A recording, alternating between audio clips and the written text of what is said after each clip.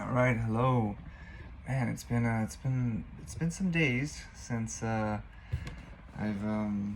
opened up and read my Bible from where I left off in Joshua. Last time was we finished off chapter 12 of Joshua, so we'll be beginning chapter 13 of the book of Joshua.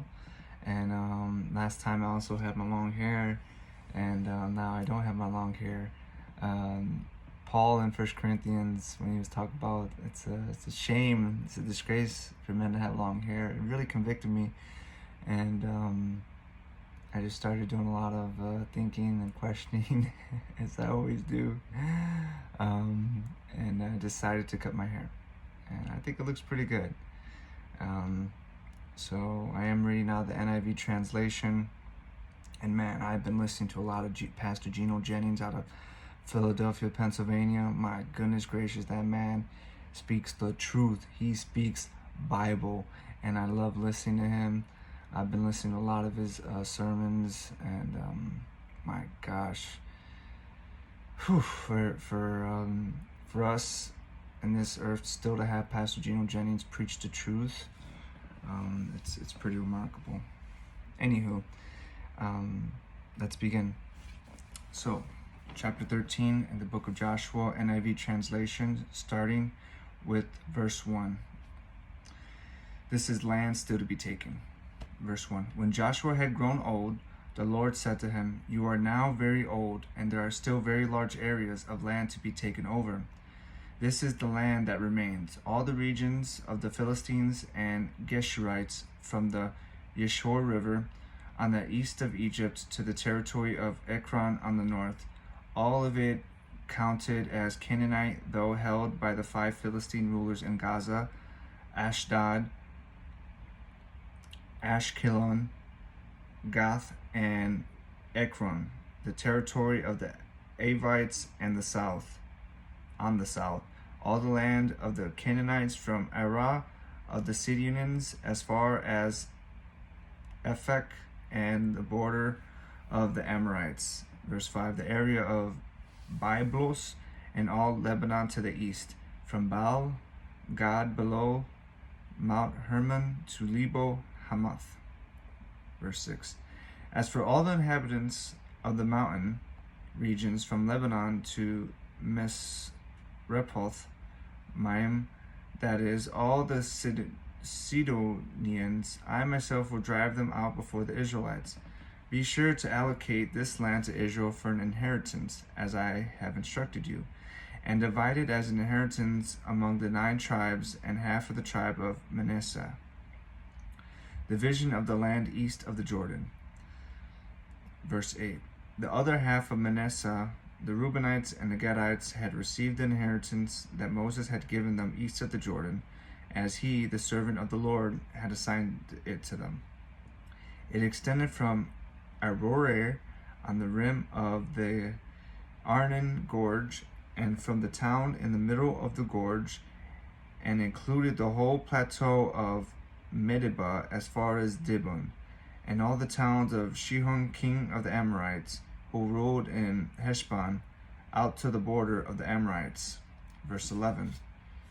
It also included Gilead, the territory of the people of Geshur and Makkah, all of Mount Hermon, and all Bashan as far as Selecah, that is, the whole kingdom of Og in Bashan, who had reigned in Ashtaroth and Edrei, parentheses, he was the last of the Rephaites, close parentheses.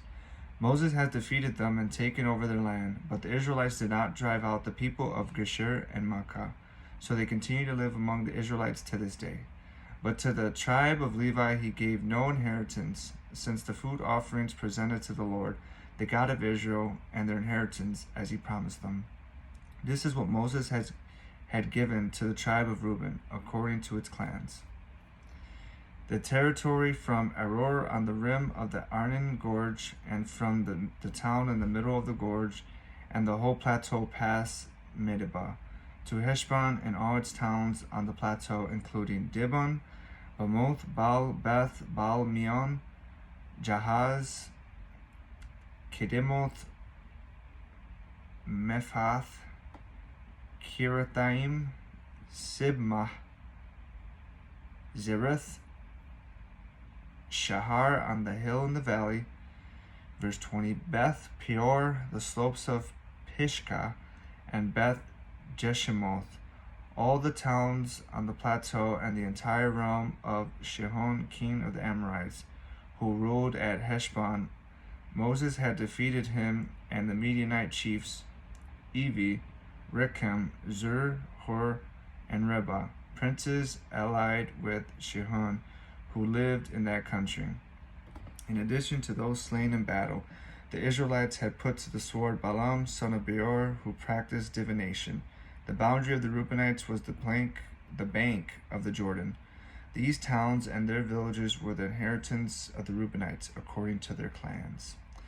Verse 24, this is what Moses had given to the tribe of Gad, according to its clans. The territory of Jazer, all the towns of Gilead, and half the Amorite country as far as Aroer, near Rabbah, and from Heshbon to Ramoth, Mizpah, and Betonim, and from Mahanaim to the territory of Debir, and in the valley, Beth Haram, Beth Nimrah, Succoth, and Zaphon, with the rest of the realm of Sihon, king of Heshbon, the east side of the Jordan, the territory up to the end of the Sea of Galilee. These towns and their villages were the inheritance of the Gadites, according to their clans. This is what Moses had given to the half-tribe of Manasseh, that is, to half the family of the descendants of Manasseh, according to its clans. Verse 30, the territory extending from Mahanaim and including all of Bashan, the entire realm of Og, king of Bashan, all the settlements of Jair in Bashan, 60 towns, half of Gilead, and Ashtaroth, and Edrei, parentheses, the royal cities of Og in Bashan, close parentheses. This was for the descendants of Machir, son of Manasseh, for half of the sons of Machir according to their clans. I wonder if this is like by Russia. This is the inheritance Moses had given when he was in the plains of Moab across the Jordan east of Jericho. But to the tribe of Levi, Moses had given no inheritance. The Lord, the God of Israel, is their inheritance, as he promised them. And that completes chapter 13. What does God mean by that? Moses had given no inheritance. The Lord, the God of Israel, is their inheritance. Something there. There's something there. Anytime I don't know something, I'm going to continue, but I'm going to say, there's something there. There's something there. Oh, man, my eyes. I'm going to open up the shade, maybe get some brighter light in here.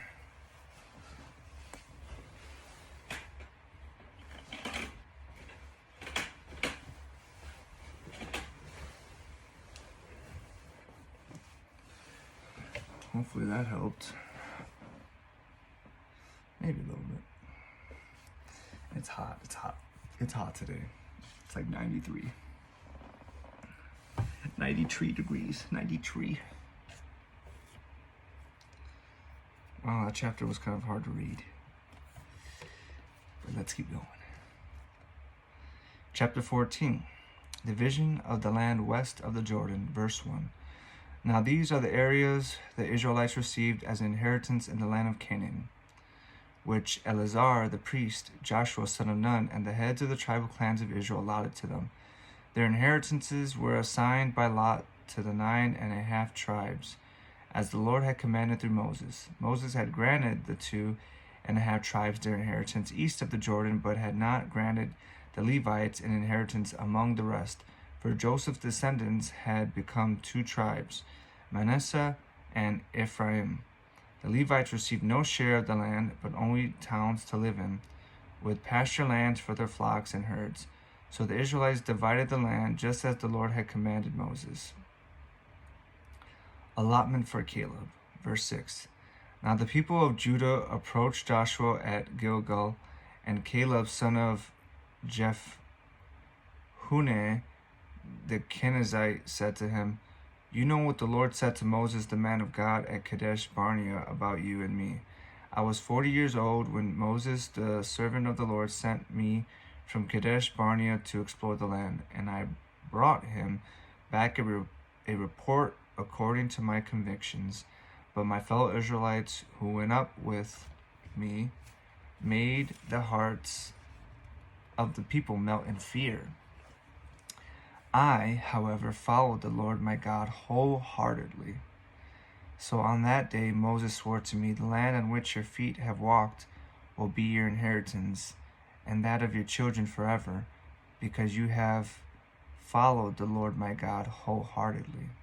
Verse 10, "Now then, just as the Lord promised, he has kept me alive for 45 years since the time he said this to Moses, while Israel moved about in the wilderness. So here I am today, 85 years old." There's an exclamation mark at the end, so I'll read that again. "So here am I today, 85 years old. I am still as young today as the day Moses sent me out. I'm just as vigorous to go out to battle now as I was then. Now give me this hill country that the Lord promised me that day. You yourself heard then that the Anakites were there, and their cities were large and fortified. But the Lord helping me, I will drive them out just as he said." Verse 13, "Then Joshua blessed Caleb, son of Jephunneh, and gave him Hebron as his inheritance. So Hebron has belonged to Caleb, son of Jephunneh, the Kenizzite, ever since, because he followed the Lord, the God of Israel, wholeheartedly." Verse 15, parentheses, "Hebron used to be called Kirath Arba, after Arba, who was the greatest man among the Anakites," close parentheses. "Then the land had rest from war." And that completes chapter 14.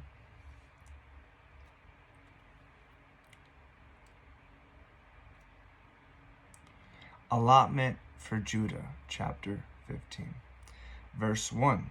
The allotment for the tribe of Judah, according to its clans, extended down to the territory of Edom, to the desert of Zin in the extreme south. Their southern boundary started from the bay at the southern end of the Dead Sea, crossed south of Scorpion Pass, continued on to Zin, and went over to the south of Kadesh Barnea. Then it ran past Hezron up to Adar and curved around to Karka. It then passed along to Asmon and joined the Wadi of Egypt, ending at the Mediterranean Sea. This is their southern boundary.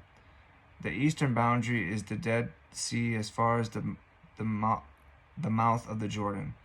The northern boundary started from the Bay of the Sea at the mouth of the Jordan, went up to Beth Hogla, and continued north of Beth Arabah to the stone of Bohan, son of Reuben. The boundary then went up to Debir from the valley of Achor and turned north to Gilgal, which faces the pass of Adumim, son of the gorge. It continued along to the waters of En Shemesh and came out at En Rogel. Then it ran up the valley of Ben Hinnom along the southern slope of the Jebusite city, that is, Jerusalem.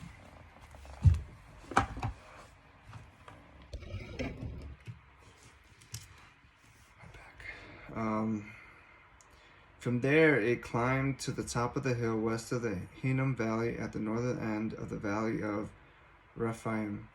Verse 9, from the hilltop, the boundary headed toward the spring of the waters of Nephtoah, came out at the towns of Mount Ephron, and went down toward Balal, parentheses, that is, Kirath Jearim, close parentheses. Verse 10, then it curved westward from Balal to Mount Seir, ran along the northern slope of Mount Jearim, parentheses, that is, Kesalon, close parentheses, continued down to Beth Shemesh and crossed to Timnah. It went to the northern slope of Ekron, turned toward Shikharon, passed along to Mount Bala, and reached Jamnil. The boundary ended at the sea. The western boundary is the coastline of the Mediterranean Sea. These are the boundaries around the people of Judah by their clans. Verse 13. In accordance with the Lord's command to him, Joshua gave to Caleb, son of Jephunneh, a portion in Judah. Kiriath Arba, that is Hebron, parentheses, Arba was the forefather of Anak, close parentheses. From Hebron, Caleb drove out their 3 Anakites, Shisha, Ahiman, and Talmai, the sons of Anak. From there he marched against the people living in Debir, parentheses, formerly called Kiriath Sephor, close parentheses. And Caleb said, I will give my daughter Aksa in marriage to the man who attacks and captures Kiriath Sephor. Othniel, son of Kenaz, Caleb's brother, took it, so Caleb gave his daughter Aksa to him in marriage. One day when she came to Othniel, she urged him to ask her father for a field. When she got out off her donkey, Caleb asked her, What can I do for you? She replied, Do me a special favor. Since you have given me land in the Negev, give me also springs of water. So Caleb gave her the upper and lower springs. Verse 20. This is the inheritance of the tribe of Judah, according to its clans.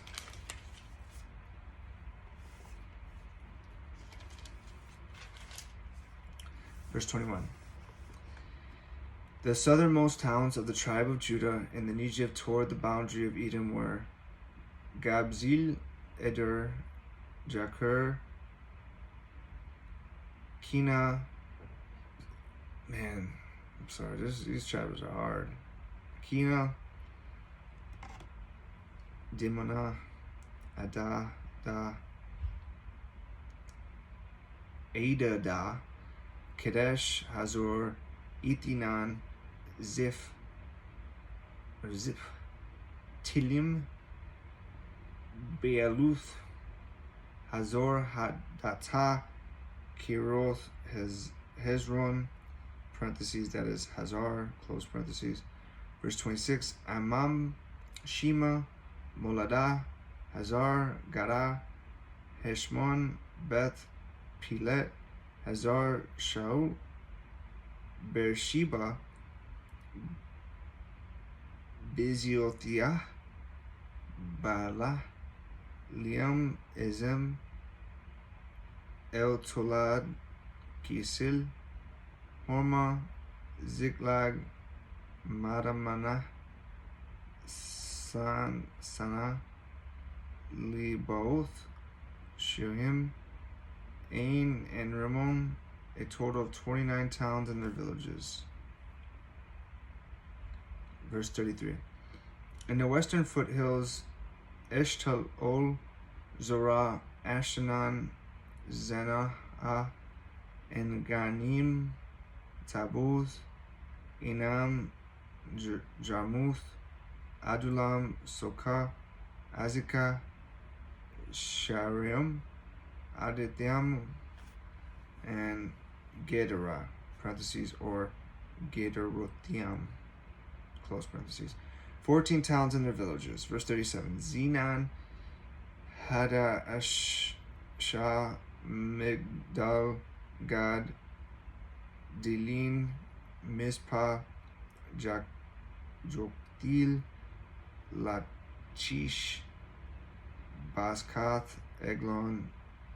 Verse 40. Kabon, Lahmas, Kitlesh, Gederoth, Beth Dagon, Nahma, and Makkedah.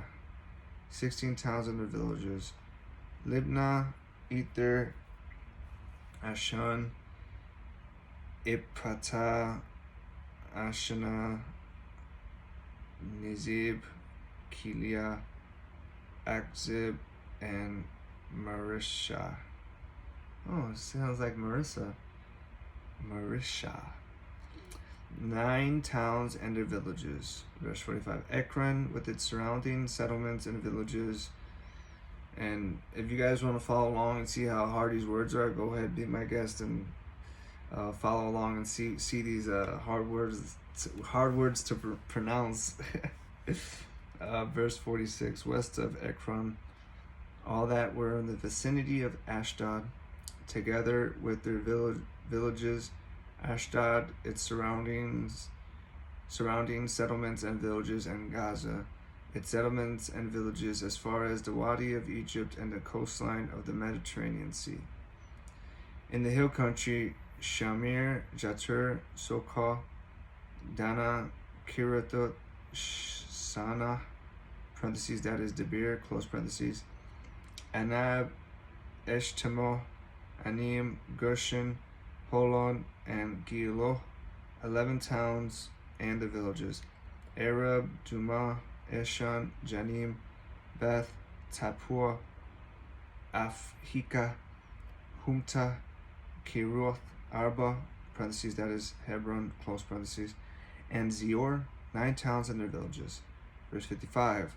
Maon, Carmel, Ziph, Juta, Jezreel, Jokdim, Zanoah, Cain, Geber, and Timnah, 10 towns and the villages. Verse 58.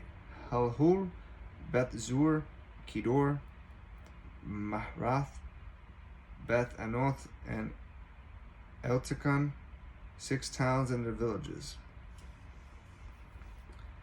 Verse 60. Kirioth Baal, parentheses, that is Kirioth, Jerom, close parentheses, and Rabbah, 2 towns and their villages. In the wilderness, Beth Arabah, Midian, Sekaka, Nibshan, the city of Saul, and Gedi, 6 towns and their villages. Judah could not dislodge the Jebusites who were living in Jerusalem to this day. The Jebusites lived there with the people of Judah. And that completes chapter 15.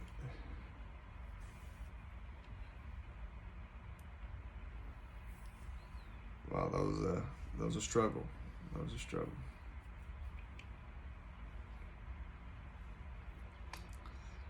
All right. Whew. Get my eyes focused on something else.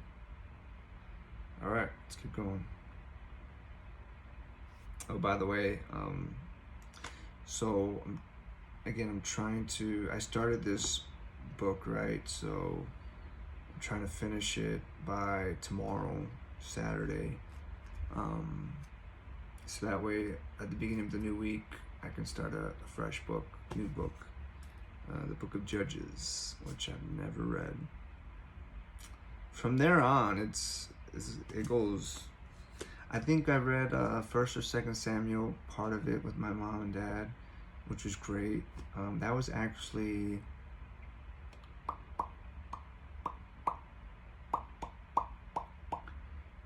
earlier this year, or the last summer. Not too sure. Anyways, chapter 16, allotment for Ephraim and Manasseh. Starting with verse 1. The allotment for Joseph began at the Jordan, east of the springs of Jericho, and went out from there through the desert into the hill country of Bethel, and went on from Bethel, that is Luz, crossed over to the territory of the Archites in Ataroth, descended westward to the territory of the Japhletites, as far as the region of Lower Beth Horon and on Jezer, ending at the Mediterranean Sea. So Manasseh and Ephraim, the descendants of Joseph, received their inheritance. Verse 5. This was the territory of Ephraim according to its clans. The boundary of their inheritance went from Ataroth Adar in the east to Upper Beth Horon and continued to the Mediterranean Sea. From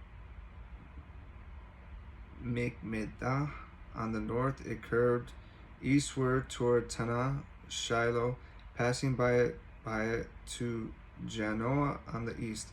Then it went down from Janoah to Ataroth and Naharah, touched Jericho and came out at the Jordan.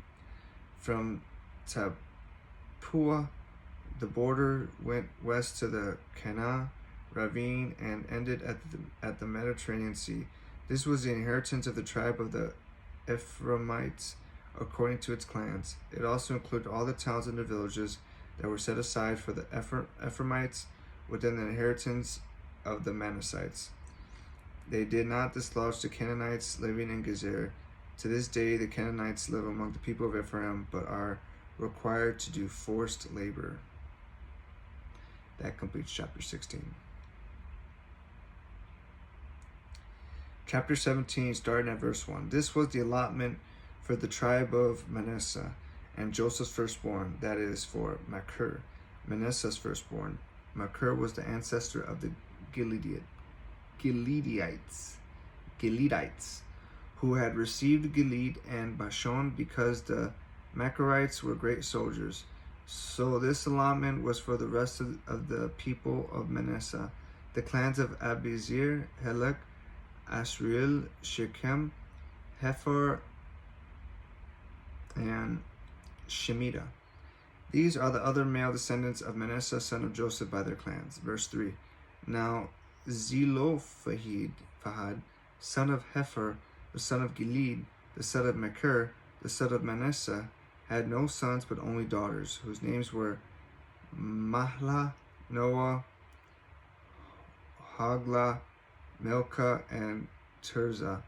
They went to Eleazar the priest, Joshua son of Nun, and the leaders, and said, The Lord commanded Moses to give us an inheritance among our relatives. So Joshua gave them an inheritance along with the brothers of their father, according to the Lord's command. Verse 5. Manasseh's share consisted of 10 tracts of land besides Gilead and Bashan east of the Jordan, because the daughters of the tribe of Manasseh received an inheritance among the sons. The land of Gilead belonged to the rest of the descendants of Manasseh. Verse 7. The territory of Manasseh extended from Asher to Michmethath, east of Shechem.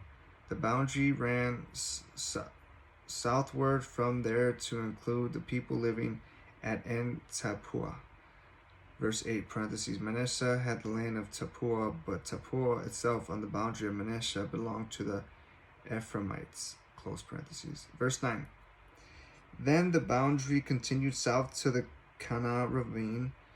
There were towns belonging to Ephraim lying among the towns of Manasseh, but the boundary of Manasseh was the northern side of the ravine and ended at the Mediterranean Sea. On the south, the land belonged to Ephraim, on the north to Manasseh. The territory of Manasseh reached the Mediterranean Sea and bordered Asher on the north and Issachar on the east.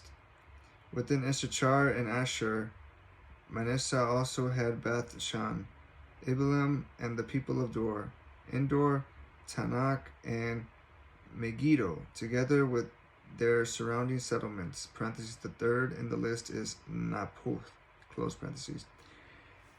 Verse 12, yet the Manassites were not able to occupy these towns, for the Canaanites were determined to live in that region. However, when the Israelites grew stronger, they subjected the Canaanites to forced labor, but did not drive them out completely. The people of Joseph said to Joshua, why have you given us one allotment and one portion for an inheritance?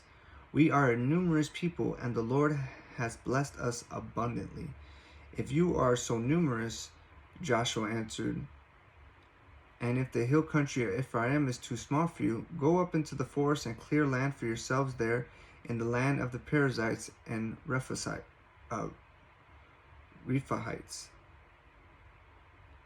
Verse 16, the people of Joseph replied, the hill country is not enough for us, and all the Canaanites who live in the plain have chariots fitted with iron, both those in Beth Shan and its settlements, and those in the valley of Jezreel. But Joshua said to the tribes of Joseph, to Ephraim and Manasseh, you are numerous and very powerful. You will have not only one allotment, but the forest hill country as well. Clear it, and its farthest limits will be yours. Though the Canaanites have chariots fitted with iron, and though they are strong, you can drive them out. The vision, that completes chapter 17. Okay. The vision of the rest of the land, chapter 18. The whole assembly of the Israelites gathered at Shiloh and set up the tent of meeting there. The country was brought under their control, but there were still 7 Israelite tribes who had not yet received their inheritance. So Joshua said to the Israelites, "How long will you wait before you begin to take possession of the land that the Lord, the God of your ancestors, has given you?" Interesting question. There's something there. I say there's something there because immediately I just thought about the land like where I'm at in the Sunshine State. You know, what have I done with the land that God has given me now? You know, that's what I was thinking. Verse 4, appoint 3 men from each tribe. I will send them out to make a survey of the land and to write a description of it, according to the inheritance of each. Then they will return to me.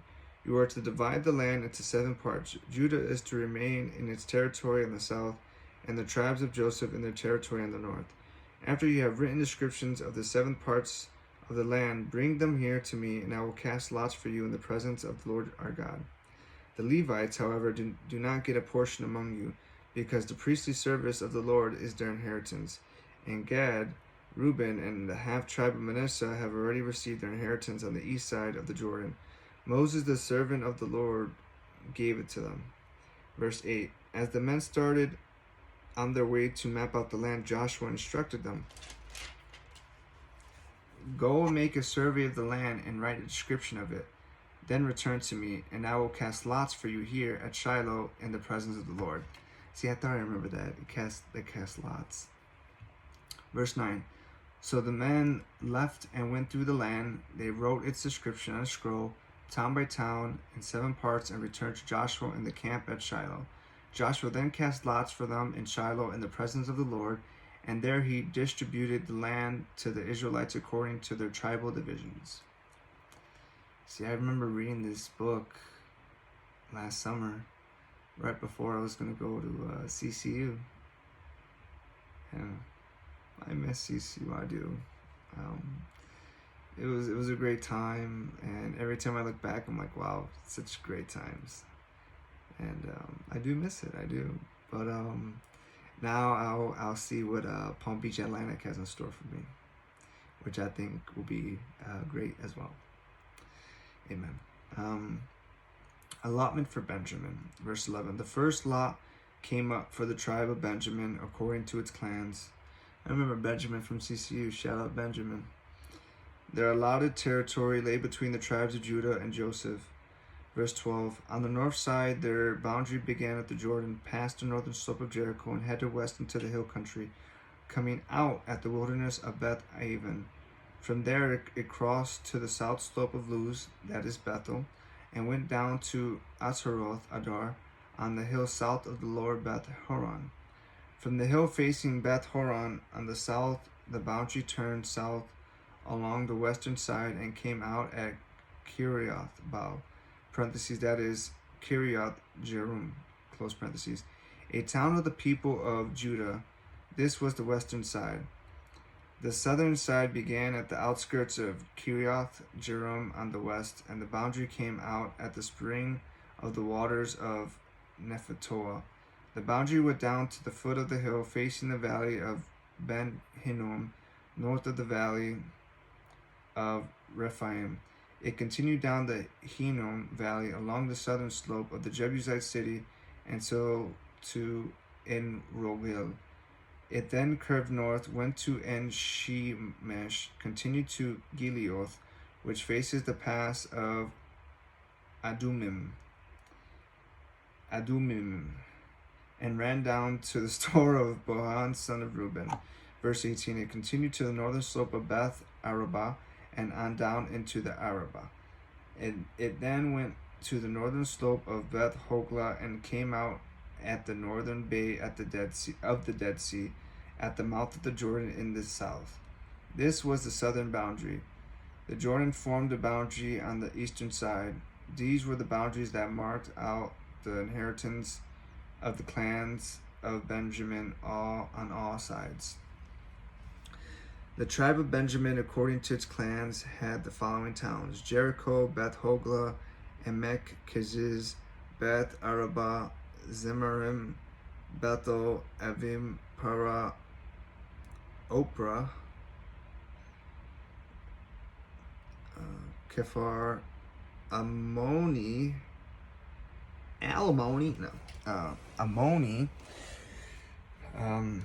Ophini, and Geba.